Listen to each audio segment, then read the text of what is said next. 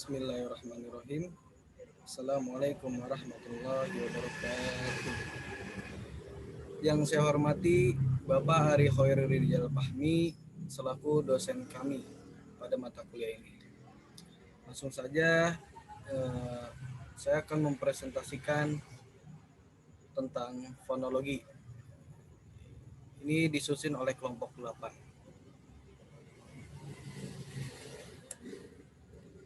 Untuk yang menyusunnya ada Saudara Dadan dan Saudara Salwa. Lanjut. Pengertian fonologi. Fonologi adalah cabang ilmu bahasa disebut linguistik yang mengkaji bunyi-bunyi bahasa. Proses terbentuknya dan perubahannya, fonologi mengkaji bunyi bahasa secara umum dan fungsional. Lanjut, next slide. Cabang-cabang fonologi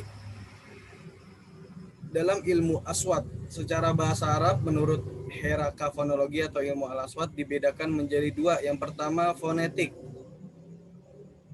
Cara mengkaji bunyi bahasa yang tidak memperdulikan peran suatu bunyi yang dapat mempengaruhi makna atau tidak, yang kemudian dibagi menjadi tiga menurut urutan proses terjadinya bunyi bahasa. Yang kedua fonemik. Fonemik adalah satuan bunyi terkecil dalam bahasa yang menjadi pembeda dalam memaknai suatu bunyi. Misalnya, ketika kita menyebutkan bunyi kata tali dari tari, bisa diketahui bahwa unsur pembeda terletak pada bunyi ketiga perbedaan. Ilmu yang mengkaji bunyi sesuai dengan fungsi dan perannya. Dalam ilmu bahasa, studi ini menjabarkan perbedaan bunyi dengan penyebab yang melatar belakanginya.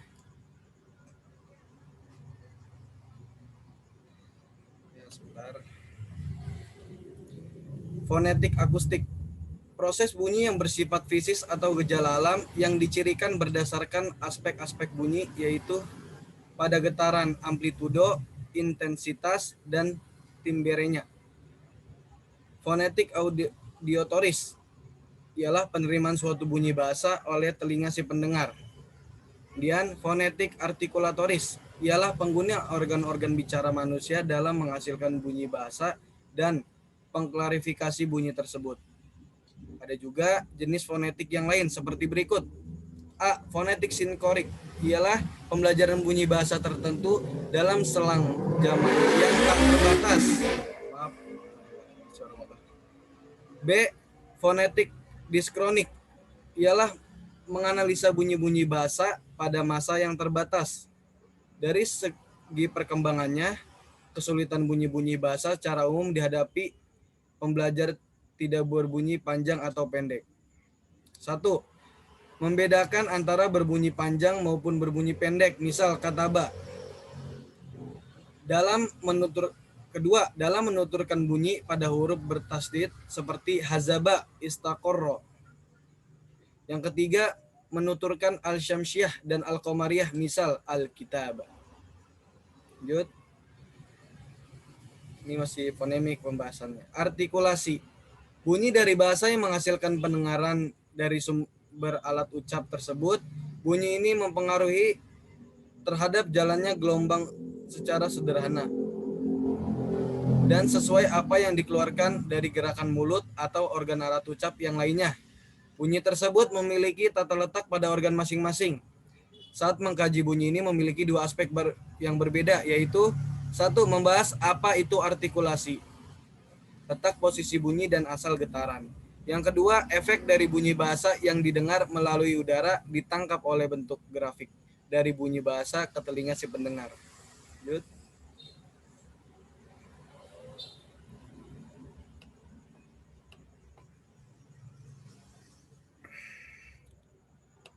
Ada penjelasan tentang organ-organ artikulasi tentang hal-hal berikut. A. Alat bunyi, di mana para anggota tersebut terletak di sekitar tenggorokan, mulut, dan hidung.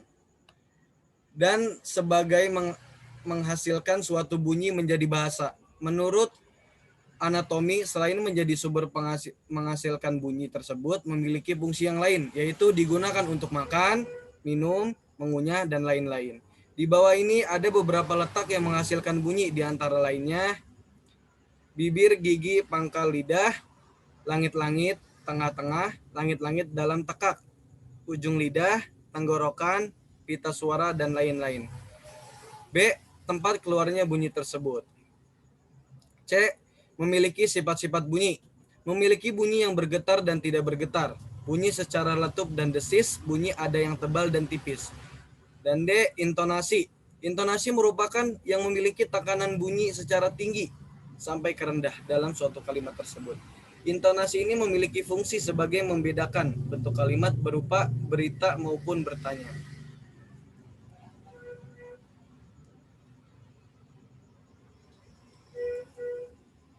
Sekarang bagian fonemik, pembagian bunyi. Para ahli bahasa bersepakat bahwa pembagian bunyi-bunyi bahasa terbagi menjadi dua bagian, yaitu bunyi konsonan, al-aswatus samiyatah.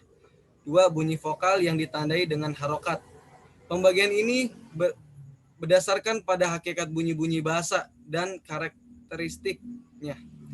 Dengan memperhatikan dua aspek karakteristik, yaitu pertama kondisi pita suara dan proses keluarnya udara melalui dari tenggorokan, kemudian menuju bibir maupun hidung. Bunyi konsonan adalah suara yang dikeluarkan melalui jalur menuju tenggorokan, yang mempunyai ikatan dari ucapan secara lisan maupun tidak lisan. Sedangkan pembagian dari bunyi vokal yaitu saat diucapkan huruf-huruf tersebut tidak memiliki ikatan atau bisa dibilang bebas. Lanjut. Berikut ini adalah beberapa contoh huruf dari pembagian bunyi tersebut, di antara lainnya bunyi konsonan: hamzah, ba, ta, tha, jim, ha, kho, da, dal, jal, sin, shin, so, do, to, zo, ain, goin, fa, kaf, kof, lam, mim, nun, waw, ya. Kemudian bunyi vokal ada alif, ba, ta, tha, jim, ha, kho, dal, zal, ro, zai, shin, shin, so, dot, ain, goin, fa, kof, kaf, lam, mim, naun, wa, ya, ha. Dalam bahasa Arab, fonologi disebut al-aswat. Oleh karena itu, dalam makalah ini tidak dijelaskan pengertian dan cabang al-aswat. Pembagian al-aswat, bunyi-bunyian di dalam bahasa Arab mempunyai beberapa unsur, di antara lain: A. Sawamid, bunyi konsonan, atau yang disebut bunyi konsonan ya. Dengan mengetahui dan mempelajari huruf konsonan bahasa Arab, seorang guru akan sangat terbantu karena hal itu merupakan salah satu pengetahuan dasar untuk mengajarkan al-aswat.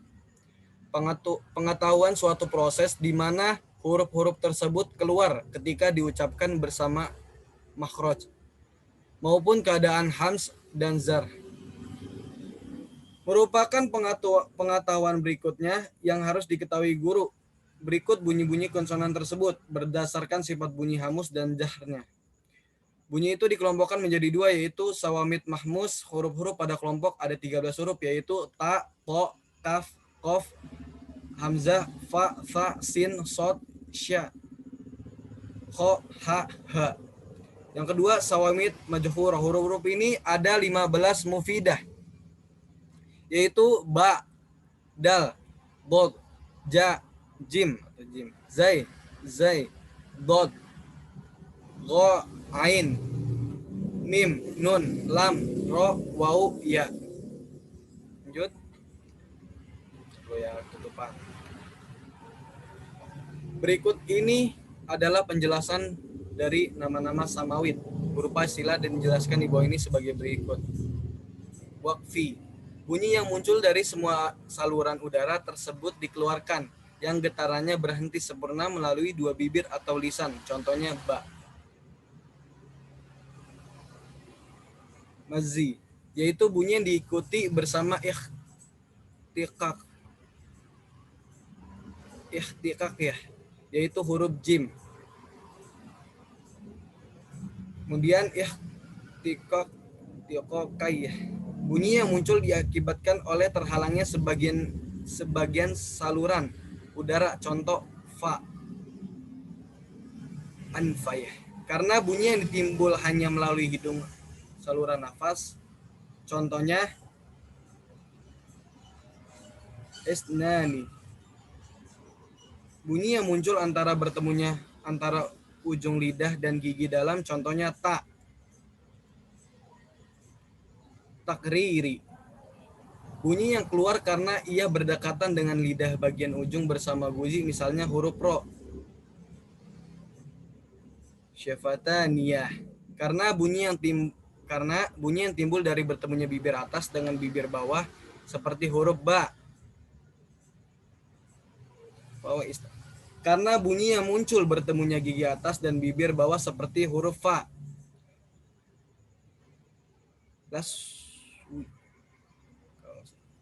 Karena bunyi yang munculnya dengan ujung lidah yang mengenai gusi, contohnya sin. Kori, bunyi yang keluar dengan ujung lidah terletak antara gusi dan langit-langit, contoh samawin. Bunyi-bunyi vokal bahasa Arab. Bunyi-bunyi bahasa Arab ini memiliki 6 bagian sebagai berikut. Fathah pendek, bagian ayat. Bunyi yang timbul di posisi lidah tengah terletak di bagian mulut dan tidak berbentuk bundar dengan manzur. B. Doma pendek, yaitu bunyi yang muncul saat letak lidah B. Doma pendek, yaitu bunyi yang muncul saat letak lidah belakang berfungsi dan terletak sebagian atas posisi mulut berbentuk bundar dengan manzur. C. Kasro pendek, bunyi yang muncul saat di bagian lidah depan berfungsi terletak di atas dan posisi mulut tidak berbentuk bulat dengan manzur. D. Fathah panjang, bunyi yang muncul saat lidah tengah difungsikan terletak di bagian bawah dan mulut tidak berbentuk bulat bersamaan dengan manzur. E. Doma panjang, bunyi yang muncul saat di bagian belakang dipakai dan terletak di atas bagian mulut yang berbentuk bulat dengan manjur. F. Kasroh panjang, bunyi yang muncul saat lidah depan dipakai dan sumber bunyi terletak di atas mulut, tidak berbentuk bulat dengan manjur. Dan ada beberapa hal yang harus diketahui bahwa samawit termasuk huruf-huruf vokal dalam bahasa Arab, yaitu terbagi menjadi 2 bagian. Yang pertama A, samawit pendek, contoh samahat. Kemudian B, samawit panjang, contoh kanu syakirin. Kemudian samawit bahasa Arab dipecahkan menjadi 2 jenis sebagai berikut. A, samawit mudawwarah, yaitu bunyi-bunyi saat diucapkan posisi mulut menjadi bundar, bunyi seperti doma panjang, doma pendek. Kemudian B, samawit ghairu mudawwarah, bunyi-bunyi saat diucapkan posisi mulut tidak bundar, kemudian dari sisi ketinggian lisan terhadap mulut. Lanjut. Bunyi-bunyi samawit memiliki 3 bagian, diantaranya sebagai berikut.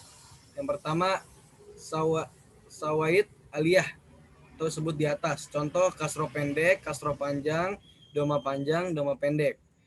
Kemudian yang kedua, samawit wasatiyah, yang disebut di tengah. Contoh fathah pendek. 3. C, samawit munhofidoh, atau di bawah. Contoh fathah panjang. Dan yang terakhir, dari bagian lidah yang ikut proses dalam pengucapan suatu bunyi vokal sebagai berikut. A, samawit amamiyah, contoh kasro pendek dan panjang. B, samawit markaziyah, contoh fathah pendek dan panjang. 3. Samawit kalfiyah, contoh dhamma pendek dan panjang. Lanjut. Fonem. Menurut Gorskeraf dalam Rahlina Mushkar pada tahun 1999, fonem adalah yang memiliki kesatuan terkecil yang terjadi pada bunyi-bunyi yang memiliki makna yang berbeda-beda. Menurut Verhaar, fonem merupakan satuan bunyi yang memiliki fungsi yang berbeda. Menurut Samsuri, fonem yaitu memiliki bunyi yang dapat membedakan arti atau pengetahuan. A. Identifikasi fonem. Fonem adalah suatu proses untuk mengetahui suatu bunyi tersebut masuk ke dalam fonem atau tidak, cara menentukan kata yang hilang dengan cara membandingkan suara, bahasa yang mirip dengan bahasa yang asli. Kalau hasil dari kedua suara bahasa itu benar, maka dia termasuk dengan kata fonem. Lanjut. Fonem vokal memiliki 6 bagian. Sebagian berikut. A. Vokal yang berbunyi yang memiliki 2 buah fonem yang hampir sama namun bisa dibedakan. Contohnya 1. Kata di bagian awal, sin nun, berarti gigi. Sin yang artinya huruf sin. Kata di bagian tengah, kasyifa yang berarti cerai berai. Kasyif yang berarti terbuka. B. Vokal yang berbunyi. Mengandung dua kata fonem hampir sama namun beda makna. Contohnya, satu kata di awal, nasaro, yang berarti dia telah menolong. Nasaro yang berarti saling menolong. Kata di bagian tengah, safaro yang berarti mengosongkan. Safaro yang berarti tukang barang-barang kuningan. C. Vokal yang berbunyi. Satu kata di awal, nusirri yang berarti dia telah menolong. Nusirro yang berarti saling menolong. Dua kata di tengah, nuzurun yang berarti peringatan. Nuzur yang berarti nazar. Tiga kata di akhir, yaktubu yang berarti dia menulis. Yaktubuna yang berarti mereka menulis. Fonem vokal memiliki 6 bagian sebagai berikut. D. Vokal yang berbunyi I dan A. Satu kata di awal, min, yang berarti dari. Man yang berarti siapa. Dua kata di tengah, katifa yang berarti jalan pelan-pelan. Katafun yang berarti bahu, pundak. Vokal yang berbunyi I dan U. Satu kata di awal, birrun yang berarti kebaikan. Burrun yang berarti gandum. Dua di tengah, ba'idah yang berarti mati. Ba'udah yang berarti jauh. F. Vokal yang berbunyi A dan U. Satu kata di awal, barrun yang berarti darat. Burrun yang berarti gandum. Lanjut. Nah, ini contoh fonem nih, fonem konsonan A, konsonan ta dan to. Contoh tuh ya, ada yang berarti baku, bedanya ta dan to tuh. Yang berarti kalau to yang berarti tidak keriting. Kemudian B, konsonan da dan ta tuh. Contoh khotoma, khodama yang berarti itu selesai menurut, yang berarti melayani. Ada konsonan kof dan kaf. Tuh, kalbun, kolbun. Jangan sampai salah antar sebutnya. Kemudian D, konsonan do dan dal. Misal baldo yang berarti binasa atau bertelur tuh. Jadi ketika kita salah mengartikan ya berarti salah, kita salah menyebutkan berarti salah juga artinya gitu. Konsonan dal dengan fa, misal tuh ada yang bekas pengaruh atau bulan Maret. F, konsonan do dan za, misal ada yang artinya memotong jadi beruntung, cuman beda huruf ya, jangan sampai salah. Lanjut, fonem konsonan. Yang G, konsonan so dan sa. Ada sa, ada so, saro, soro. Ada yang arti berjalan menjadi. H, konsonan sya, masa. Misal, no, basaro, basyaro. Yang berarti mengerutkan atau mengupas. Mohon maaf.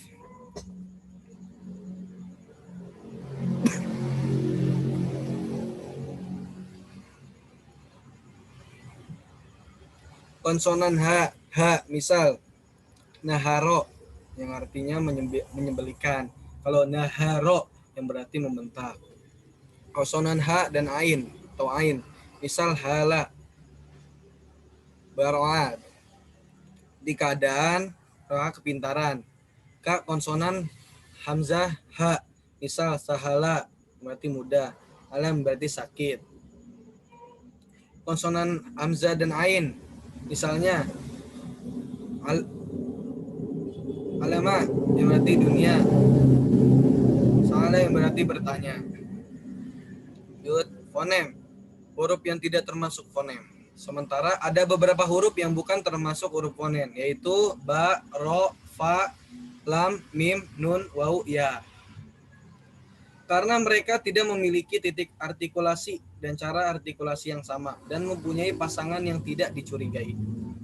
Berdasarkan dari pengertian fonem yang berarti pasangan minimal, dapat dijelaskan sebagai argumentasi berupa metode dasar pembelajaran fonologi bahasa Indonesia. Berikut ini adalah awal pembelajaran fonem dimulai sebagai berikut. Memiliki sifat fungsional. Terus kepastian ucapan dan simbol monem. Ya, sekian. Mungkin ada pertanyaan. Jika ada pertanyaan, silakan komen di bawah. Sekian dari saya. Mohon maaf jikalau banyak salah dalam kata atau penyebutan, ya itu semua datangnya dari saya. Jikalau benar datangnya dari Allah. Syukron. Assalamualaikum warahmatullahi wabarakatuh.